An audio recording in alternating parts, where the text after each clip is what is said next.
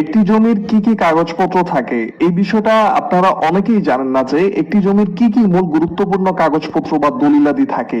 এই বিষয়ে অনেকের স্বল্প জ্ঞান থাকার কারণে অনেক সময় আপনারা ঝামেলায় পড়ে যান বা চিন্তা করেন কি কি কাগজপত্র আপনার সংগ্রহে থাকা উচিত।